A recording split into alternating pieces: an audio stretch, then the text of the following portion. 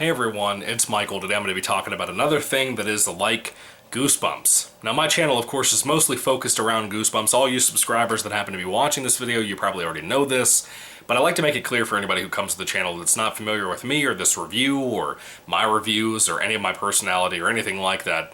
This particular video, this thing like Goosebumps, and it's going to be about good things and bad things that I don't like and things that I love. This whole series is focused around those things, just things that are kind of like Goosebumps that I think are worth talking about.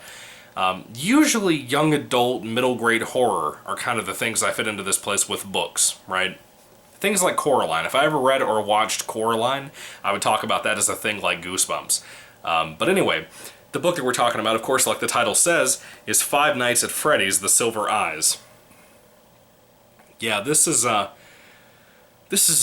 little bit of a hard thing to talk about. Now, I love Five Nights at Freddy's. I do. It ain't perfect, right? I think my favorite is probably the first four. Maybe the first three, actually. But it's somewhere in there, around the first three or four. As soon as we leave Freddy Fazbear's and start getting into this weird sci-fi type stuff, I don't like that.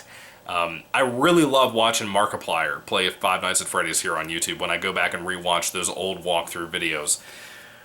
This book is really great at times, and it shouldn't be as long as it is. It's a 400-page novel for kids. It's published by Scholastic. It's not something that's kind of scary, and well, it is scary, but it's not like in the same realm as like the first Harry Potter book, where you have like a villain that's faces on the back of its head and stuff. It's not like that. It's the kind of thing that this is scary in its own way, right? But what am I trying to say? It's so different from the actual video games. This is like its own timeline, and I'm fine with that too because I really dig that. I like the fact that I don't have to know what's going on in the video games to understand what's happening here. This book, it's too long. You know, Goosebumps, for example. Goosebumps is a fantastic length for the middle grade, upper and lower middle grade audiences. It's like 130 pages a story, pretty much. And the font is so big it shouldn't even be considered that long either. They're really just long novellas, right? Or novelettes, even. I would call them a novelette before I'd call them a novella. But this is a straight-up novel, right? This is written by Scott Cawthon, the creator of Five Nights at Freddy's. And breed-wrisley, or Risley, I think is the person who actually put this novelization novel thing together. I think it's just a straight-up novel. It couldn't really be a novelization. But I love the premise of the story. I really do, and I love the direction it goes into, too. But then there's a lot of flaws to talk about, and I really want to dig into that a little bit, too. But I will say this. There are some genuinely scary things in this book. Now, myself, I'm somebody who was terrified of animatronics when I was a child, because things like in the 90s, like Furbies and talking toy Yoda figures and Chuck E. Cheese existed and scared the hell out of people like myself when we were kids in the 90s. Whereas Five Nights at Freddy's comes around at one point and reinforces that terror when we're all adults. It's kind of like It, you know, with Pennywise. But I love the video games, like I said. I've never played them myself. I've just watched people play them because it's fun to see their reactions and stuff.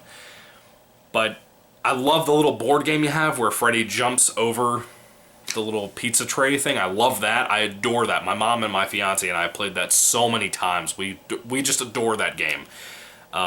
That's, to me, better than the actual games themselves. It's better than this book. I'm really excited for the Five Nights at Freddy's film, by the way. Hopefully it gets made, and hopefully we have, like, animatronics and stuff we can watch be scary in a film. Like, real, straight-up animatronics, you know? The book itself, the premise I like of the story. Basically, a kid named Charlie. She comes back to her hometown where some really horrible things happened.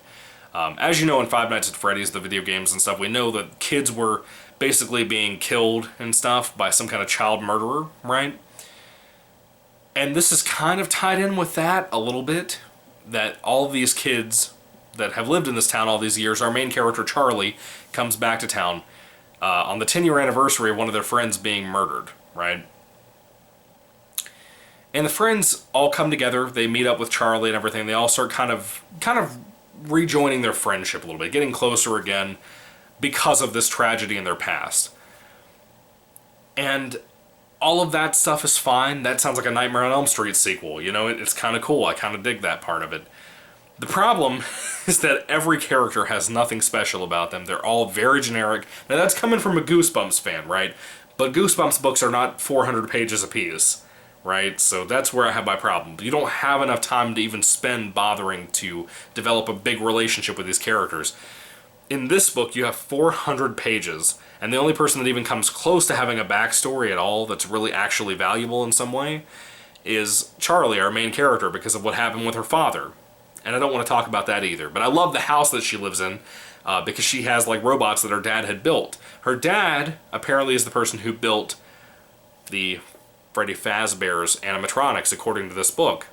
At least in this universe that's closed off to just the novels. I love all that stuff. Adds a personal touch with the animatronics, in my opinion. Makes it very, very interesting from that get-go.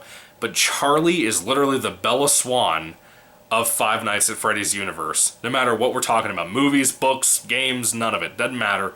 She is the Bella Swan from Twilight of this series. She has no personality. I don't know about the sequel books. I know there's like 2 other sequels to this book. I don't know about those, but this is not good. This is really... She's horrible. She is literally the most boring person on the planet. She's worse than me, right? I don't like her. You know, I don't find anything relatable about Charlie, anything to really care about. Same thing goes for the friends in the book. I don't see any reason to really honestly care about them. It kind of gets to that place, kind of like with Twilight, you put yourself, like your own mind and your thoughts in their position and almost imagine yourself as that character a lot of the time. Which can be fun. You know, it can be fun. It can be a fun adventure, right? And it doesn't work. I honestly think that this should not have been created. I think that Five Nights at Freddy's would have really done well from the choose your own adventure, give yourself goosebumps route, right? Instead of this, where you just had a straight up story. But if this were the actual film that's going to come out, I would love it. I think it could be so much better if they chopped up so much stuff and actually improved on some of the characters, especially Charlie. Charlie is really the only character I really want changed up a little bit. The friends are okay. They're, again, the same thing as Charlie. They're not really engaging. The whole mystery surrounding their past with that kid that was a friend of theirs that something happened to. Very interesting. I really like that backstory. That little bit of mystery. Like I said, we don't know. As far as we know, the killer was never caught. There's a lot of stuff surrounding that. Then, at one point, they stumble across Freddy Fazbear's Pizza and actually find their way into the section that was Freddy Fazbear's, the actual party area. Those portions of the story are horrifyingly scary. I mean, genuinely scary stuff. I clenched up when I read it. I don't know. It just genuinely scared me in those moments. Really good at those times. But then it keeps happening, right? Like, the kids don't have it happen one time where something scary happens to them. They come back like 3 or 4 times in the book to this place. Whereas anybody in their right mind would have been like, no. You know, but this, again, this is a middle grade type book. So you kind of understand why the characters are going back. It's for the sake of entertaining the children and the audience, but 400 pages of this. 400 pages of Bella Swan dealing with Five Nights at Freddy's. Imagine what that would be like. The Kristen Stewart films and stuff. Or just if you've read the books, you know. Not a good mix. Not a good mix at all. But again, if this story was taken and put into the film adaptation, I would dig it. It could be really good, especially with the animatronics being so scary. There's not really a whole lot I want to tell you here. I don't want to ruin too much for you in case you're interested in reading the book at some point. And this is more of a book review. That's kind of what these things like Goosebumps sections are. My thoughts are that this is not that great. It's kind of a letdown. I don't know if books 2 and 3 would be any better. I've actually heard really worse things about those two compared to this, which surprises me, because those are a lot shorter. Maybe they'll be more easy to deal with, you know. But anyway, guys, I don't really have much more to say about this. I have to say, too, one other thing I want to say. Again, I assume that most of this is written by Kira Breed-Wrisley, or Risley. I'm sorry, I can't pronounce your name. I'm terrible with names. To be honest, this feels to me like the whole book is horribly amateurish in its writing style, in the way it's told. A good premise. It feels like Scott Cawthon came up with it. But then a very at the time at least, amateur writer came across and wrote it.